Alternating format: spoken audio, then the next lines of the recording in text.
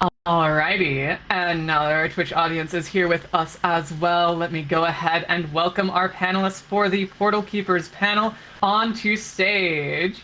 If I could invite the wonderful panelists, Meowski, Gojo, Jia, Sushi Ferret, and Rue on the stage with me. Come on over, get yourselves nice and situated, and Meowski, whenever you're ready, feel free to begin.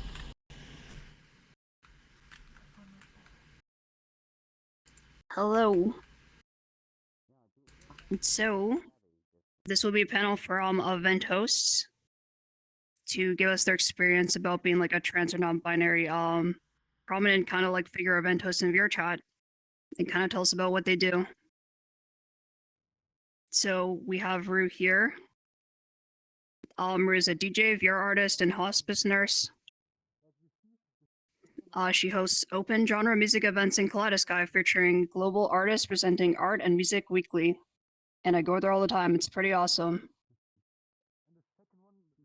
She recently won the VR Community Awards on Unsung Hero, which was voted by the VRChat community. And her goal is to create a safe space for marginalized communities in VRChat. Next up, we have Gojo. Gojo is Southeast Asian. He's a host of several events, notably Rizumu's Techno Night, virtual vibe hours at Agents of VRChat, and the ambient pop-up called Sounds Under the Stars. He is also an artist, currently working in e-commerce with a portfolio in both physical and digital media, and makes posters for events in and outside of VRChat. Next up, we have Sushi Ferret. Sushi Ferret, aka Maya. She hosts an event themed around stargazing and protecting the night sky called Star Party, also an amazing event. I go there too. Aiming to provide a safe, low stress, queer-friendly music space.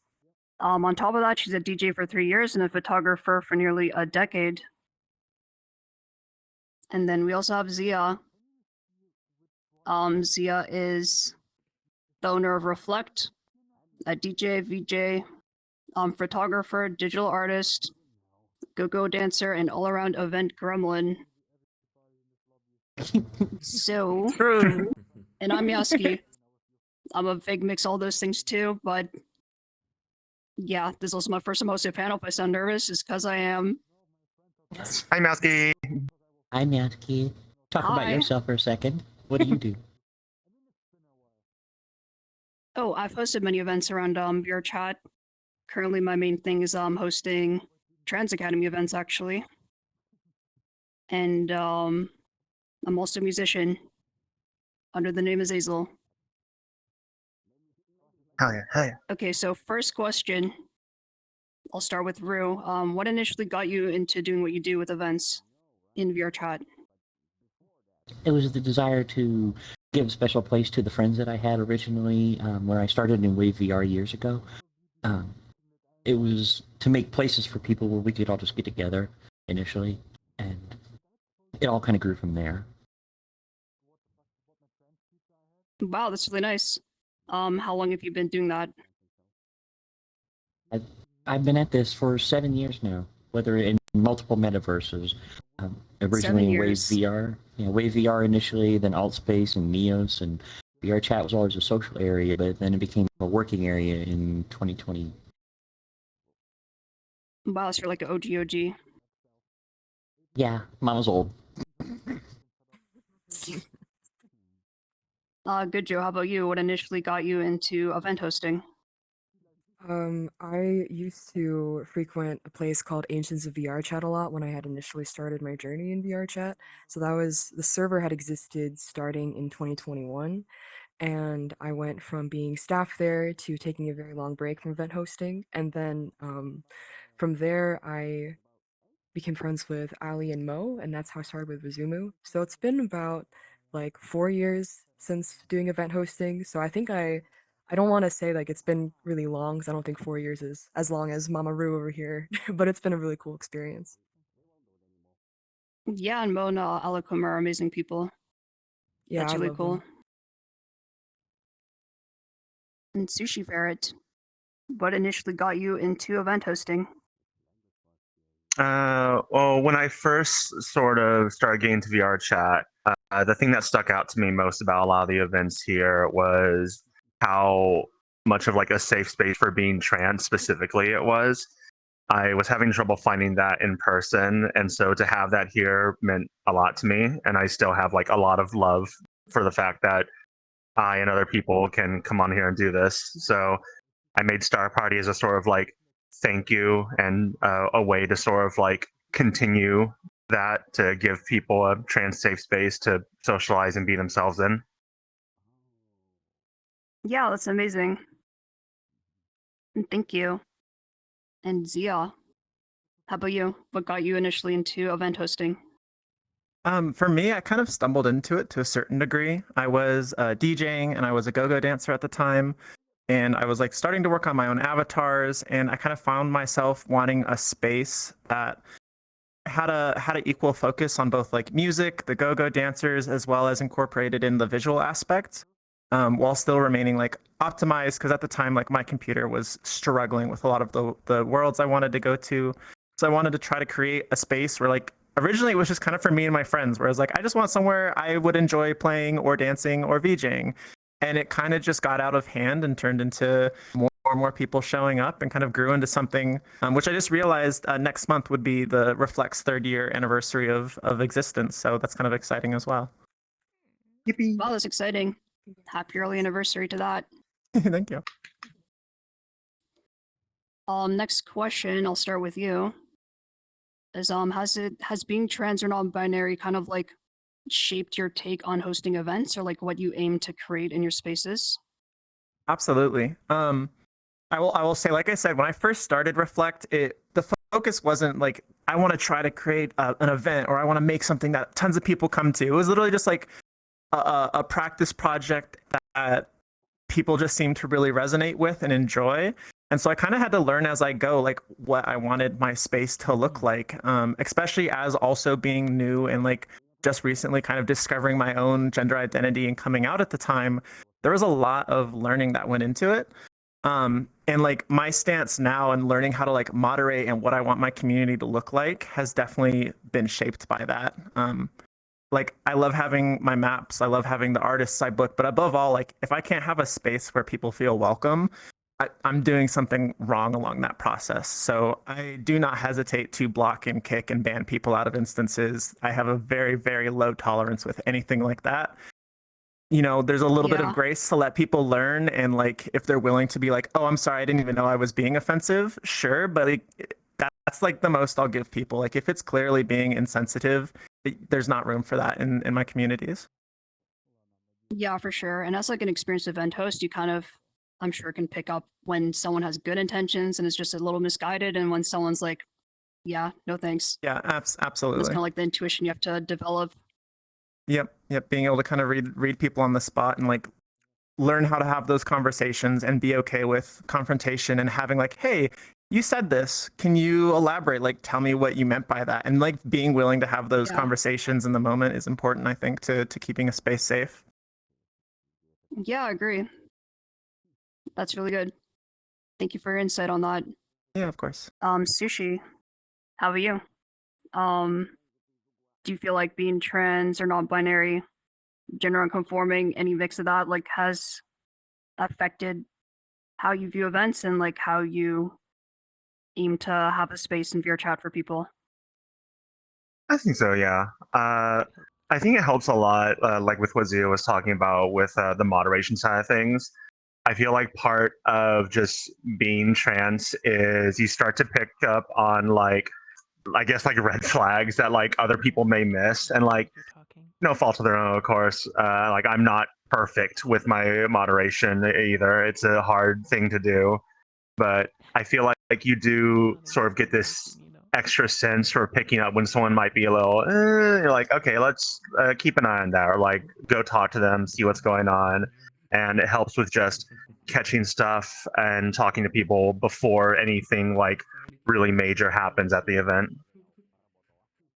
Yeah, I feel that moderation's kind of stressful. One of Yeah. the most stressful things. Tell me about it.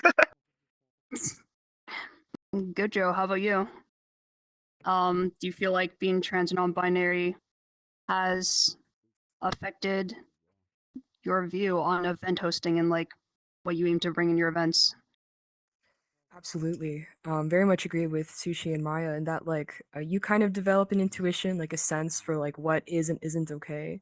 But I think like for me, because kind of like Zia especially, I didn't start at the places with the intention of I am making an event or I'm making a space. It's like you want to exist with people that have the same kind of values that you have, you know?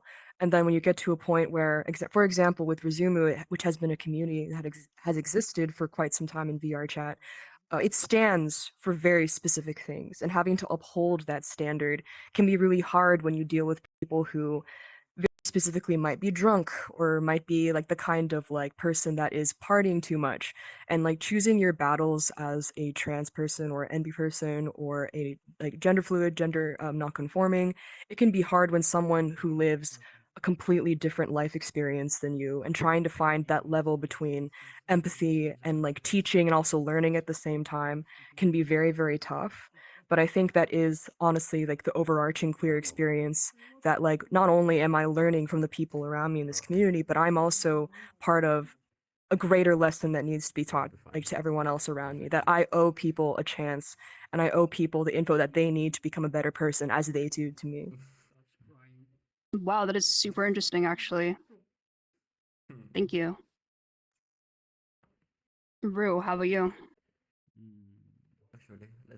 You know, as far as how has trans affected me and my events and whatnot, that's kind of the reason why I created a lot of the events that I did, was to give more people a third space, another place to come and go. Because we come in and we find our initial places and initial friends, but what is there to do? I wanted to give those spaces and places for people to say, well, I want to go here and hang out with the people I know now in this third space, and know that when I go there, it's not going to be like a public black cat. It's going to be a place kind of like here too. It's moderated. I'm not going to be scared of every person coming up. I can be myself, and the person I turned and talked to is going to reflect and respect my identity. That's what I wanted to create for everybody in that. You know what I mean? And in doing so, has helped to inspire other people to make those things as well, by telling them, you know, there's plenty of room to create your space and watch it grow from there. So watching that kind of over the years cascade out into the community and watching it grow, specifically by creating those spaces, has been really amazing to see, because now we have not just a few little places to go, but a plethora of choice. And not only a plethora of choice, but where we go there, we're respected, loved, and accepted. Yeah, that makes a lot of sense. Like, in real life, when you go to do something, like an event or something, or you go anywhere, you can have that like level of expected social cohesion to have. And a lot of that can be missing on VR, especially like you said in stuff like Black Hats, where like it's just everyone all at once and it's chaos. So it's really important to have like people can like bring some of that into VRChat. Yeah. All right. So Rue, has being a prominent or active trans figure in the scene like brought any specific challenges? And if so, how do you tackle those? I think the one challenge it presented to me was that I'm always going to be treading that line of I can never be invisible.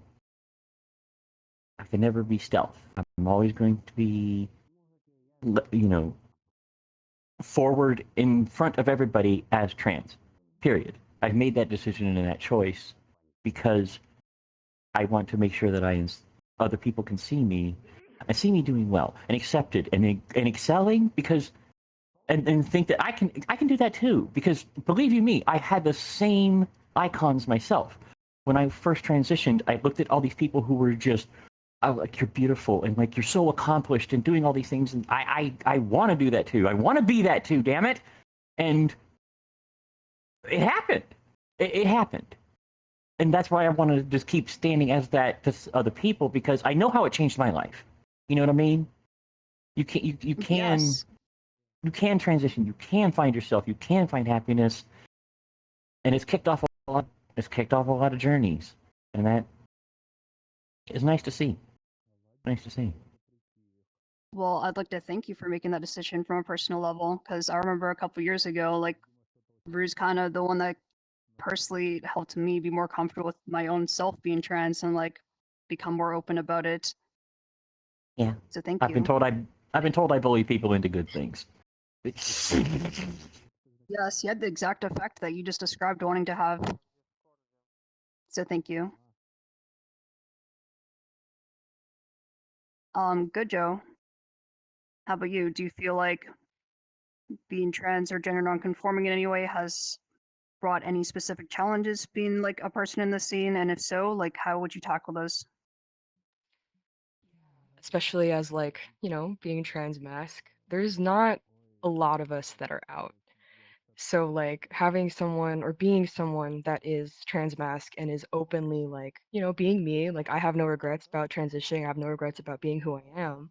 But I do regret that like a lot of my brothers and siblings in this similar bracket of transness don't feel safe enough to do that. So I think like navigating, like for example, moderating events where maybe someone is being misgendered, and especially so if they're trans mask, that's pretty tough for me because like, you have to like empathize with the person's feelings of like not wanting to be outed, not wanting to be put in the spotlight, but also having to be like that behavior is unacceptable and that's not okay. You deserve to be respected. You deserve to be gendered properly, and I know it's not a feeling that is just like for trans masks. A lot of people of trans identity feel the way that they might feel guilt for the way they choose to identify, and I'm a pretty emotional guy. So I get like very I get very caught up in it of like it's unfair. I have to reel myself in and like I have to keep walking because there's only so much that I can say. Like this is probably the most I've talked ever in a thing like Wow, this. So me it's too. like, Don't worry. right?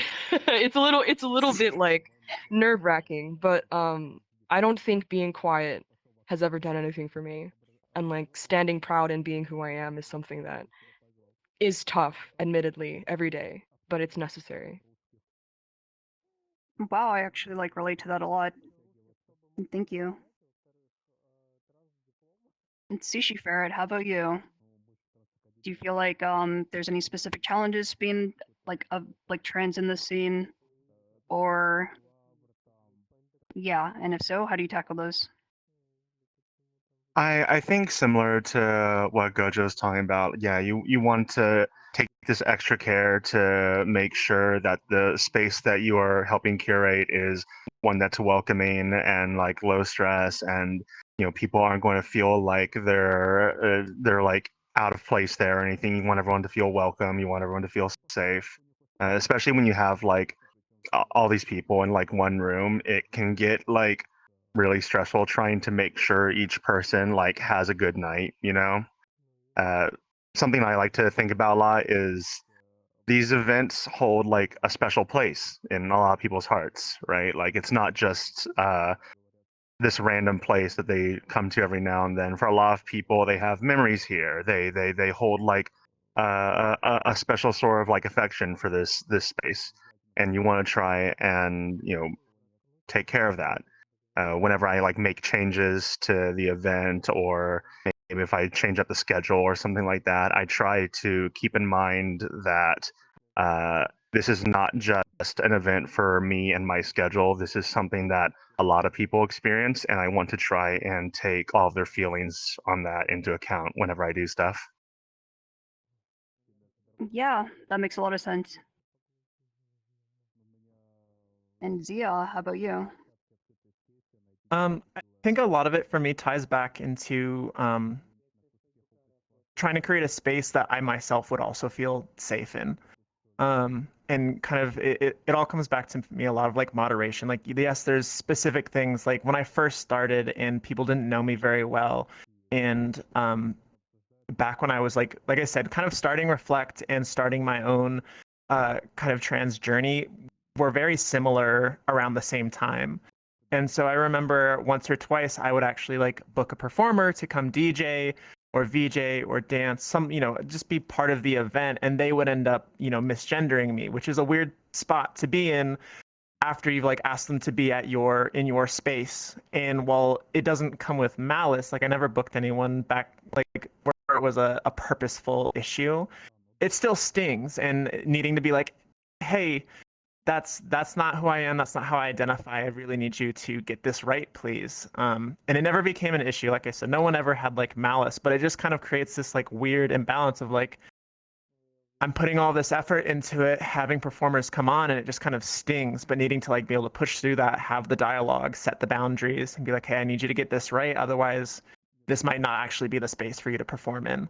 And being willing to kind of have Yeah. those conversations is important. And as well as just like a lot of it comes back to like needing to be able to have those confrontations where you hear a friend or even someone you just notice what their, they have their pronouns are in their bio, and you hear them getting misgendered, and like just being willing to like step up when it's appropriate to step in and, hey, intervene as an event host and say, hey, this is a safe space. You need to kind of step up and do better, or maybe it's time for you to leave, and encourage people to use the block button, encourage people to use the mute button, encourage people to just straight up kick people out of the instance if needed.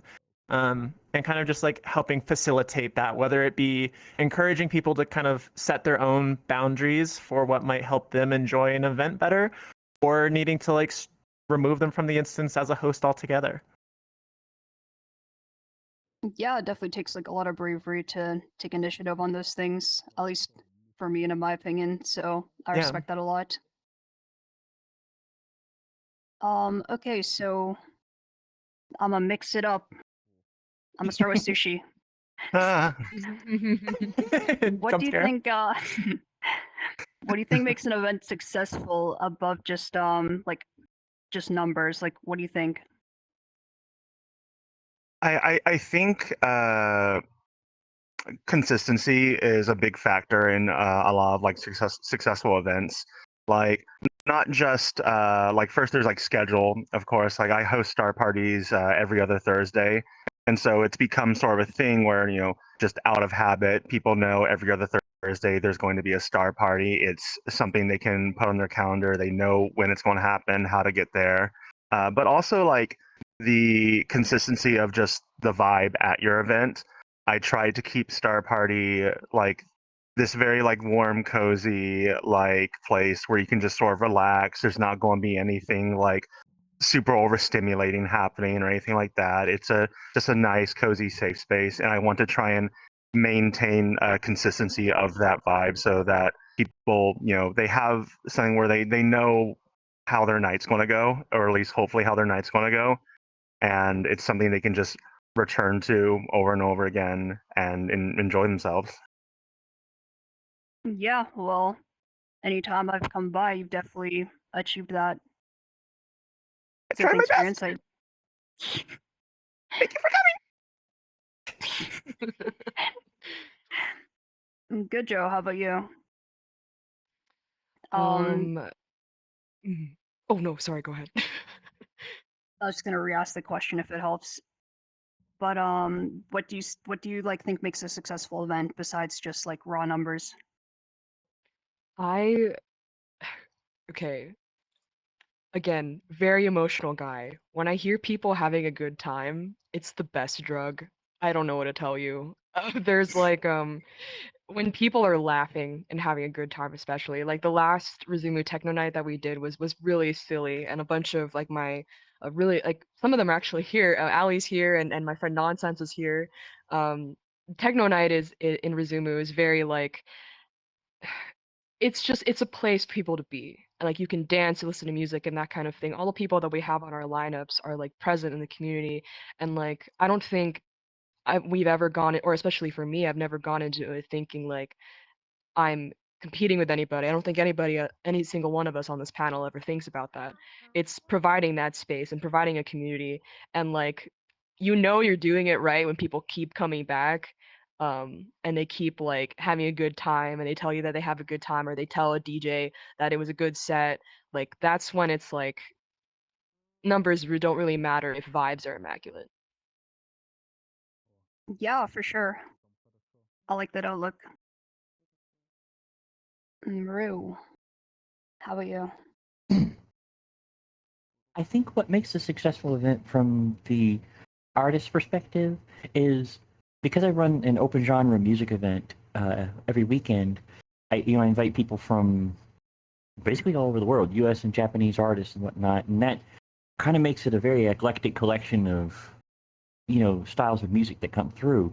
So what I find is successful for them is really they all pay so much respect to the venue and to the idea of creating a journey for people that they present some real magic, and they're very excited to do that because sometimes they play a lot of one kind of music someplace, but this is the one place they can come to and play something different and express themselves in a different way, and they're very excited to do that. So for me, it's giving them the opportunity to present something like that to people and watching them just feel so inspired and driven and motivated and ready to go. From the audience perspective, it's being able to invite that much of an open genre and seeing them come in and forget about a lot of the whole point of doing this for me is like to give people a place to get away from a lot of what's going on in the world. A short little bit of time of decompression from that to be around good people, So when they get that, that's what I consider successful. When they're able to just forget everything for a minute and just go, God, I feel good for a minute. I feel centered and decompressed. 'Cause that's what I need in my life as a hospice nurse. I need a place to decompress and put things away and feel good around people. And that's what makes a successful event for me. 550, 500, 5,000, I've seen all those numbers, and I don't care.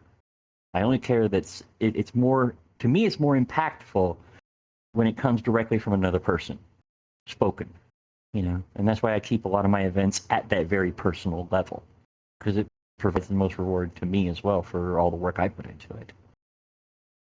Yeah. And as a freshly graduated nurse, I'm starting to understand what you mean about like needing a place like that. Yes. We all need But to yeah, learn good also decompression techniques. yeah. And Kaleidosky does kind of fit as like a chameleon of vibes, I've noticed. Like pretty much any kind of genre can be played there and it kind of ends up working out. So that's really cool. I can't say that about like most events. I feel like most events aim for something highly specific. But Kaleidosky's always been fun because you don't know what to expect when you get there, but in a good way. Yeah, and it's been accomplishing my goal of taking all these communities that I run in and out of, tons of them, the furry community, non-furs, the Japanese community, the US side, the EU side, and taking them all and shoving them all together in one place. Because if there's one thing that'll bind us all together, regardless of language and anything else, it's music, art, and expression. Yeah, that is true. Zia, I'm gonna come over to you. What do you think makes an event successful outside of raw numbers?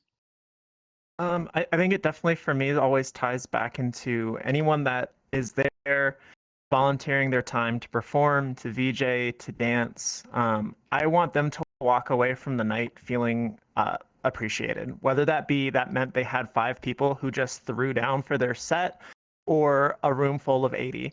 I just want them to walk away being like, okay, that was an evening well spent. I'm glad I put time and effort and energy into showing up and putting something out there of myself. And that's a big focus for me when I run events, is making sure that the focus stays towards the performers, whether that be, like I said, the dancers, the visual artists, the DJ. I want them to walk away being like, okay, I had a good time playing here. For me, that's always been a key factor when I build maps or kind of work on what my community is going to be based around. That's always been a big focus for me. Yeah, that's great. I think a lot of you kind of touched on this a little bit in like previous answers, but the next thing I want to ask is I got a cough. I'm coughing complete. Well But done. Proud of you. thank you. My next question is like what's the most memorable moments for you when you're hosting an event, like specifically? It's the little moments where I go AFK and I'm like in the floor coming back from like, using the restroom or something, and I have my Bluetooth headphones in and I can hear people like in the spawn like just talking about it. And it's just the little moments of like, oh my goodness, this is my first time at a map. That was so cool. I didn't know VR had this. Or like those little things where it's like these candid quips of conversation that you pick up amongst friends of them just having a good time and having a good experience. It just means the absolute world. It's what kept me running events so consistently for a while was just knowing it's a space that people want to share with their friends. Anything that like is such an impactful experience that you want to bring others in your life into it is, I don't know, it's just such a impactful thing. And that kind of ties into like not just event running. I think that's a lot of my hobbies is based on like trying to create things that people want to share and I don't know, just enjoy. I think it's a very impactful thing as humans to share, to create, and to spread that amongst others. I think is just an impactful and powerful thing. Yeah, definitely. That makes a lot of sense, and that's very sweet. So thank you. Sushi. How about you? What kind of like very specific moments are like the payoff for you in events, or like what are the most memorable things for you about hosting events? So Star Party being like a very stargazing themed event. Uh, I remember like during like the like grand opening we did. Someone came up to me and they were like, "Oh, this reminds me of when I used to go like camping and see the stars with my parents when I was like a little kid." I've had other people go like, "Oh, this is where like I met my partner," or like, "This is where my friends we all come here like every other week or so." I've had a few people come to me and they're like, "Oh, this encouraged me to try driving out of the city to actually see the night sky." A lot of people that, especially ones who live in like major cities, they haven't seen the Milky Way before, for instance, and it just means a lot to me that I can help people, encourage them to go out and make those memories and appreciate like space and the night sky because it's right above us all the time, but a lot of people don't even really get to appreciate it. Yeah, that's very interesting. I like that. Can't say that about any other event, I don't think. I think the night We are very sky night theme is sky. like really interesting. Definitely recommend. Gojo. How about you? Like what are most specifically the standout moments or like the most memorable to you when you host an event? So for specifically Rizumu Techno Night, I love it, love it, love it, love it when people have or feel like the safety to ask or provide information. Like when someone asks like, "Oh, what genre is this?" or like, "I've never heard this kind of techno before." And that happens a lot because techno is a huge umbrella of genres. Like there's all kinds of things that come from different places and different sounds from different countries and states even.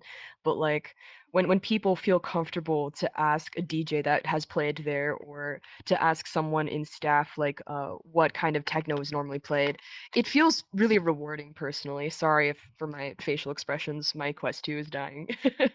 But it's I don't think a lot of places really try to encourage learning more about electronic dance music. So it feels nice that within Rizumu we have a really like laid back culture of like anybody can ask questions, and like I like that whenever I'm hosting Rizumu Techno Night and I have friends play or people that I respect play, they are also people that feel more than ready and more than able to like supplant themselves in the community, and the people who are in that community feel ready and able to ask those questions. So it's very much a blessing.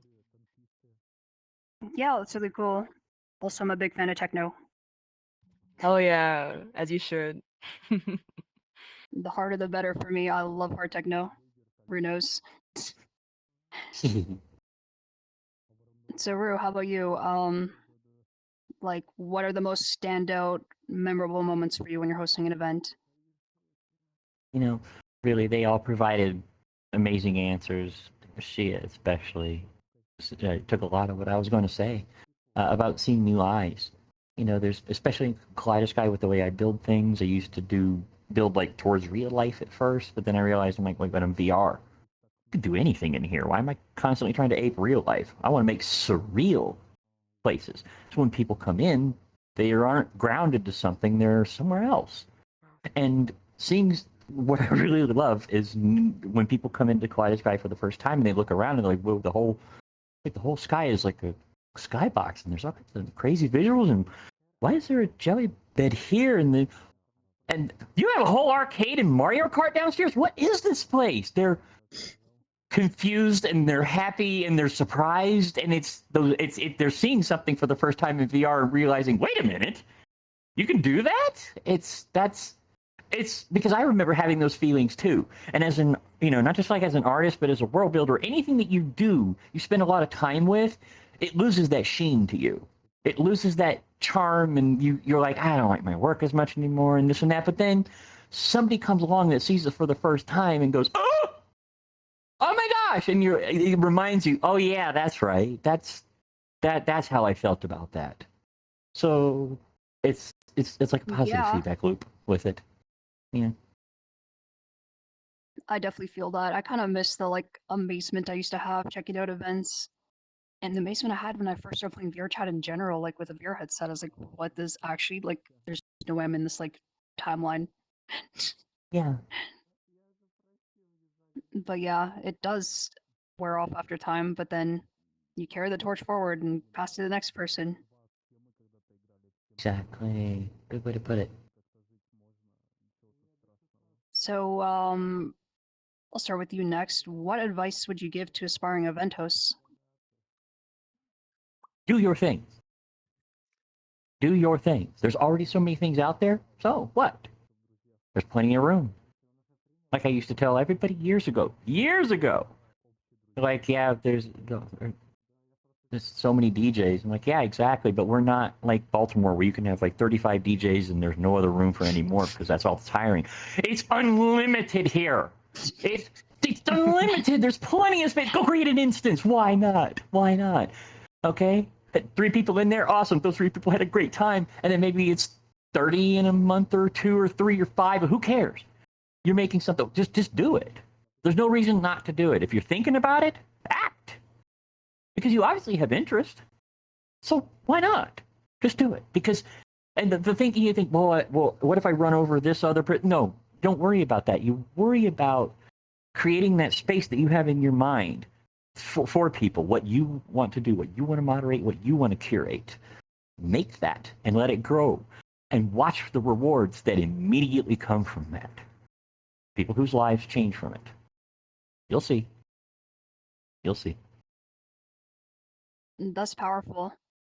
And I relate to what you said so much. It made me laugh about just do it. Even if there's so many events and it's overwhelming, or so many DJs. I remember like I wanted to get into DJing for a year because it looked so fun, but I never did because I was like, oh, there's so many DJs already. Like, who's gonna want to listen to me?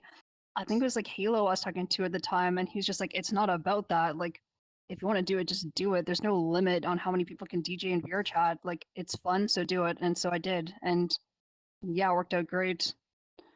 So I just thought that was really funny. You pointed that out. Yeah, just do it. Have fun with it. This is why I mentor people and show them. I can teach you in 2 hours how to DJ. No lie. I've done it for all kinds of people. And because of that, I got to watch an amazing moment in Atlanta where a friend was standing on main stage playing, and other friends got engaged right there. Like, what the heck? These moments were just nudged along just from mentoring one person. So that's why I always say, create, do, and mentor others, because they'll start a journey. Yeah. Gojo. How about you? What advice would you give an aspiring event host? So, some of my friends know, especially the ones in here. I hate planning. I hate planning and I hate writing stuff down. And for the longest time, for specifically Ancients of VRChat, everything that I had hosted was like very, very, very spontaneous, very like, we're just going to do it. We're just going to put ourselves out there. And for that specific purpose of existing and being there, it worked. And that is how you develop a community, by having like real interactions and like good community times. However, I had to like really fight my demons with Rizumu Techno Night, because it's like you can't spontaneously call 4 or 5 individuals and be like, "Yo, Friday night, let's fucking do that." Like, oh sorry, let's do that. Like you gotta like, you know, plan out like 2 weeks ahead. Like I have a whole like, you know, month long of like, okay, so who did I call at this point? Like I document everything. And like I don't like doing it. I'm very much ADHD. I'll let you know that I am not a saint. I'm not perfect at this kind of stuff. But like when you are hosting or event running or any of that, you need to have documentation. You need to have some kind of archive, something that is either tangible or digital, that you can log back and be like, this happened on this day with these people. And like you don't have to like scramble your brain or pictures or like chat logs of like who was there and why. And I think a lot of the people that host stuff and then don't do that have a, myself included, I only realized this recently, I don't want to think, oh, I really loved the events that happened back in 2019, 2020, 2021, but I don't remember what I did or what happened or what I hosted. And I don't want to do that for Rizumu, because it's a place that like it means a lot to me. I love Aliquim's vision of it, and like I want to see it like stay within the VRChat sphere. And the only way that that can move forward is that if we continuously plan and document what happens next. Yeah, that's really insightful. And Sushi, how about you? Do you have any advice for aspiring event hosts? We talked about this a little bit before, but just to sort of like, I guess, really nail it in, don't stress about numbers, really. And I know it's like very easy to say that and everyone says that, but it's a lot harder to sort of internalize that for a lot of people.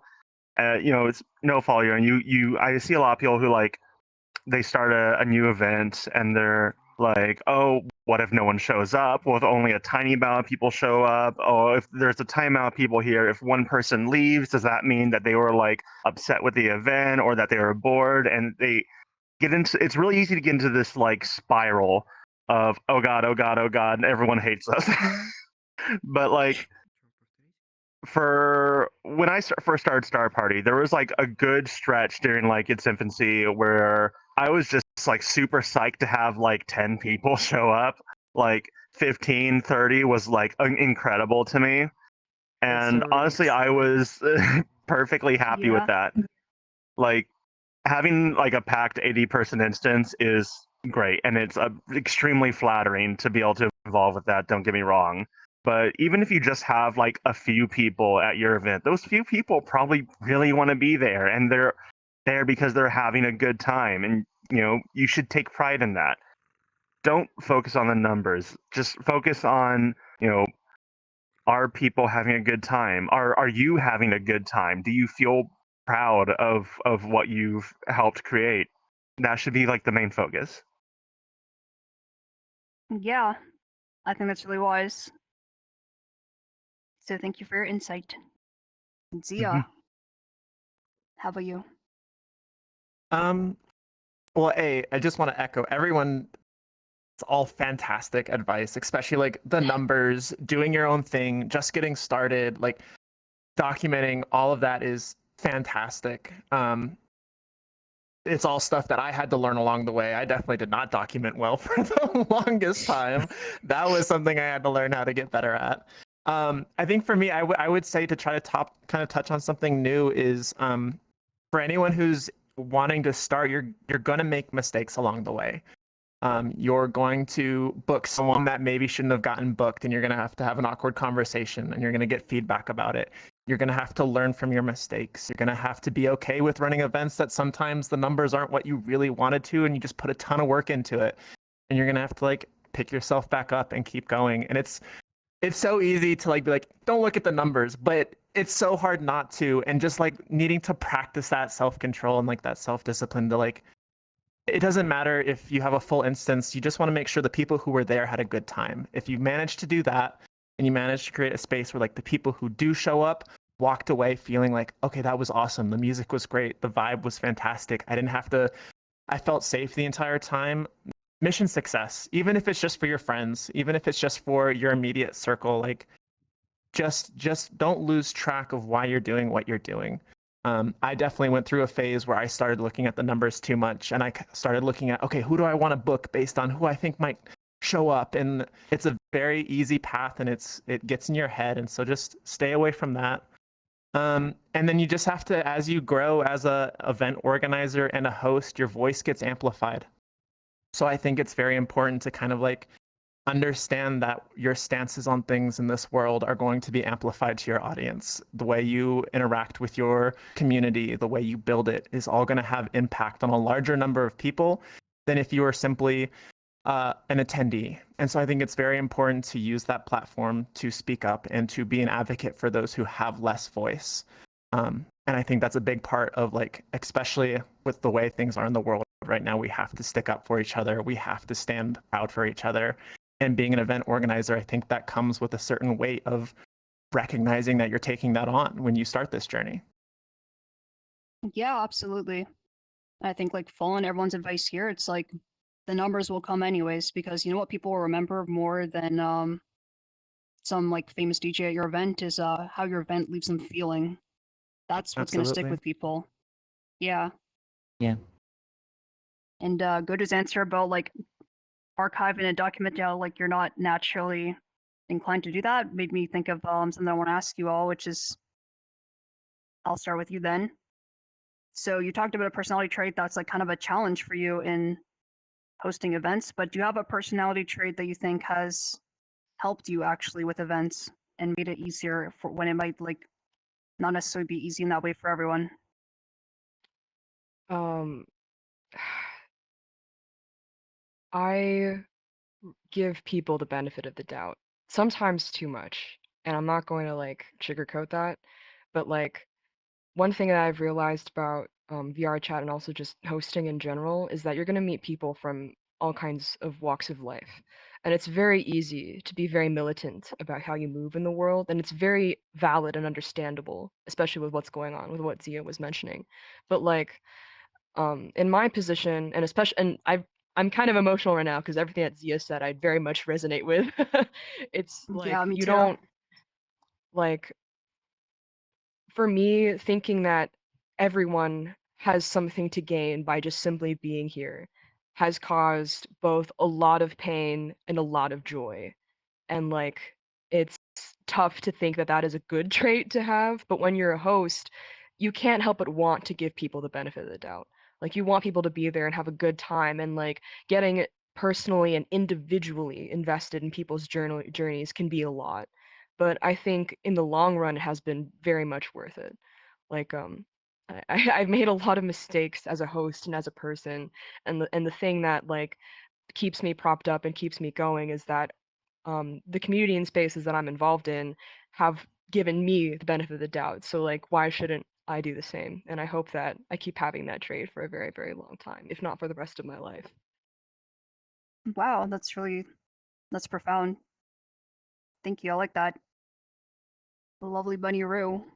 How about you?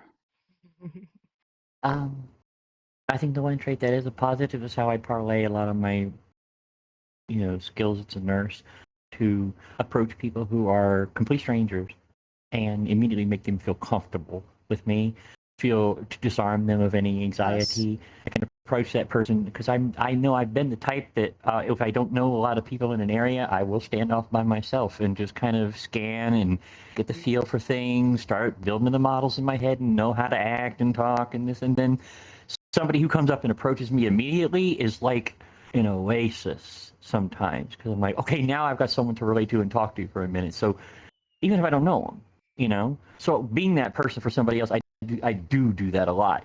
I'll be in the big group talking with people and I'll look around and, much to my chagrin of the people I was talking to, I'll just wander away over to the person who was sitting by themselves, like, hi, how you doing? You having a great time? What about this? How about this craziness? You know what I mean? Just to and get them opening up and feeling more comfortable in the space they're in instead of feeling alienated in the space that they're in. Yeah, that makes a lot of sense. And that's very sweet. All these hosts do that.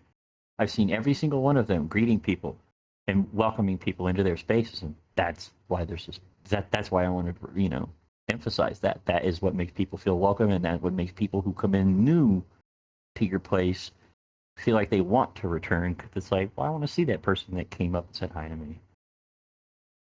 Yeah, that's so true. I think most events that I've ended up spending time in, that was my experience there, right? Like, I felt personally welcomed at the event. I didn't just feel like I was intruding on someone else's space and hanging around in a corner. And Zia, how about you? Would you mind repeating the question for me? Yeah, sorry. What personality trait do you feel like benefits you in hosting events? Something unique to you, maybe. Well, that's a good one. I would say a certain level of being an extrovert, which I am not natively. It's definitely almost kind of something that being in this space and being a host has helped kind of bring out in me to a certain degree. So I feel like all my answers end up getting tied back into the ability to moderate the space, but it's just a very thing I'm very passionate about. Being able to have confrontation. I think just having the ability to stand up for each other, for yourself, for your values, for your community. I think having that ability to put your foot down and have boundaries when it's needed, I think is a very key factor to being able to run a safe event space. Yeah, 100%. It could be difficult if you're not naturally like that. I feel like that's a skill set I'm still trying to learn myself. Yeah, it's definitely over the last 3 years is something I've stepped way more into. I'm sure a lot of people who have known me for the last little bit have probably witnessed to a certain degree, both in personal conversations, and anyone who follows me on my socials online has probably seen a tone change over the years of being much more shy to being much more outspoken about my beliefs and where I stand on things. And it's definitely in part due to being in this space and feeling like I have a platform to kind of learn how to grow and speak up for things that I care about. Yeah, in my personal experience, some of it goes hand in hand, not just with event hosting, but also transitioning itself as well. Absolutely. I It think kind it's of forces you into it yeah, gets easier to speak up for things you believe in once you kind of know more about who you are yourself. yeah, 100%. And Sushi, That's me. what personality trait do you think you have that has lended itself to being a successful event host? Uh, I'm not sure if this would be a personality trait specifically, but I try to keep myself very open and approachable, at least.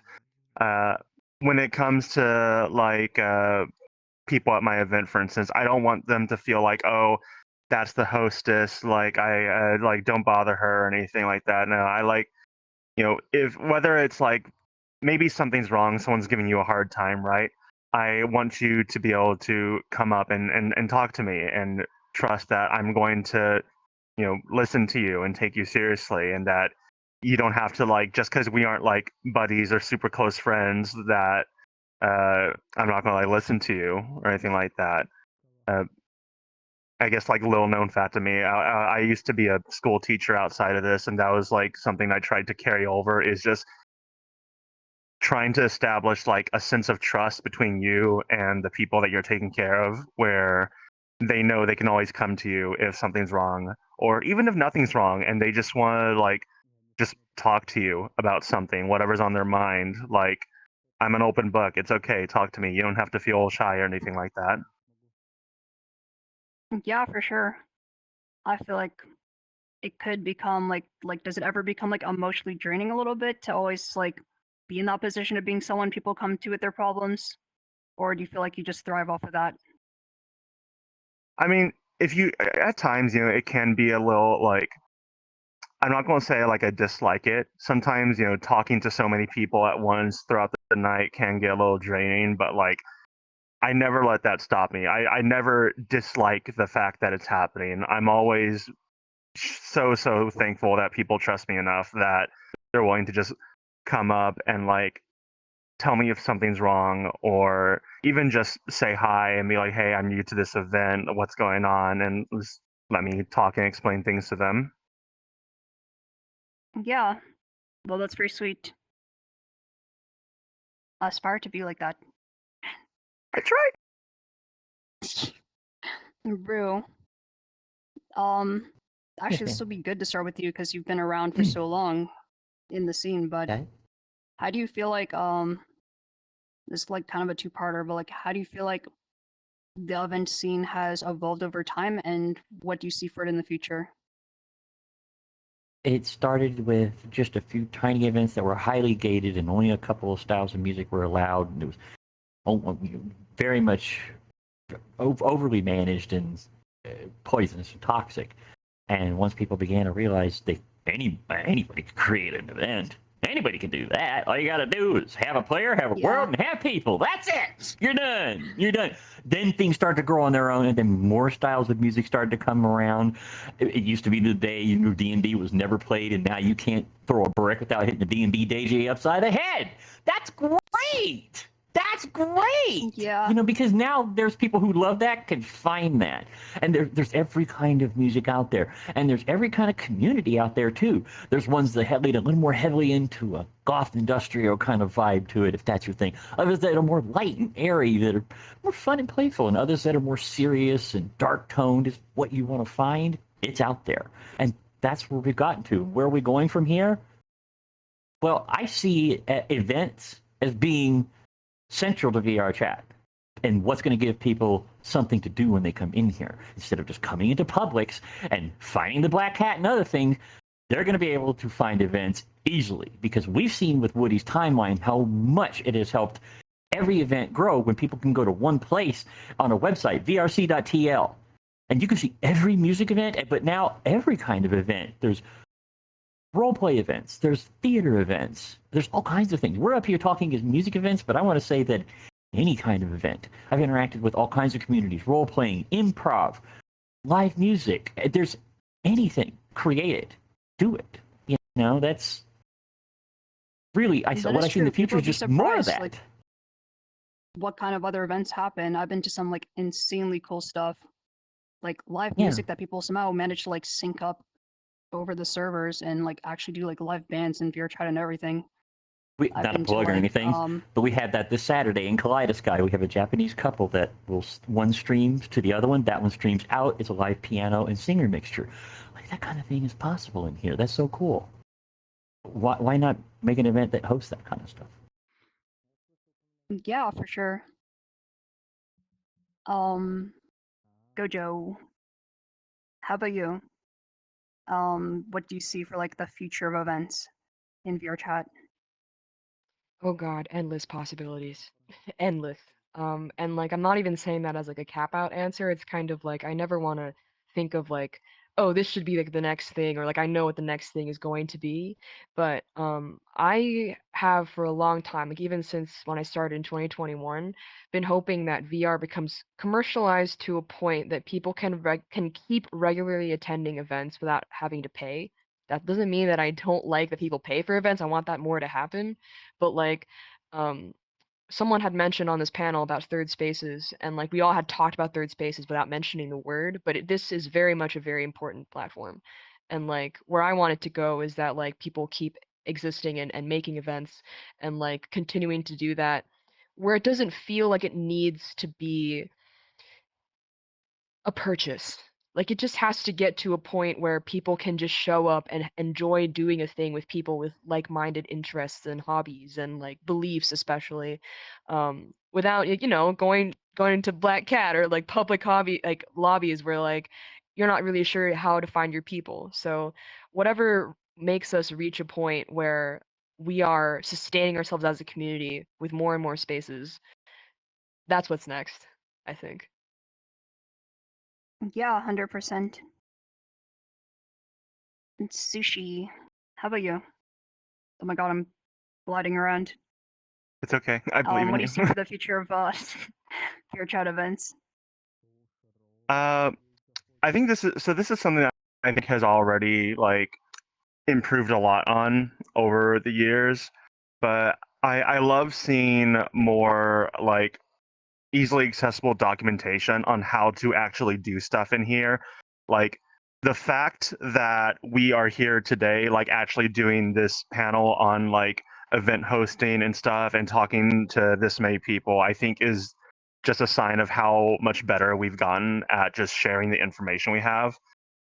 Especially like Yeah. technical documentation as well. This isn't just a VR thing either. This is like a whole thing with just in general technical documentation. Is so much of it is behind like a Discord server somewhere where it's like not easily searchable or anything, or it's just sort of passed like word of mouth. And like I just keep going like, please, for the love of God, just make like a blog post so like other people can figure this out.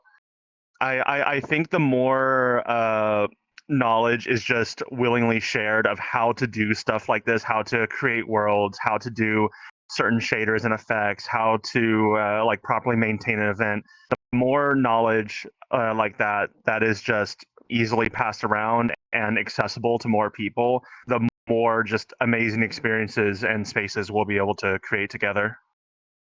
Awesome. We're in our last couple minutes here. So Zia, let's hear from you real quick. I What do you think for me, just is the future? Yeah. I'm excited to see as more technology and our software and our ability to design and optimize maps grows, like with the recent release of like light volumes coming out, has me really excited for the future of like VRChat again. Like Yeah. just the accessibility. I want people not to have crazy powerful computers to be able to get into beautiful events.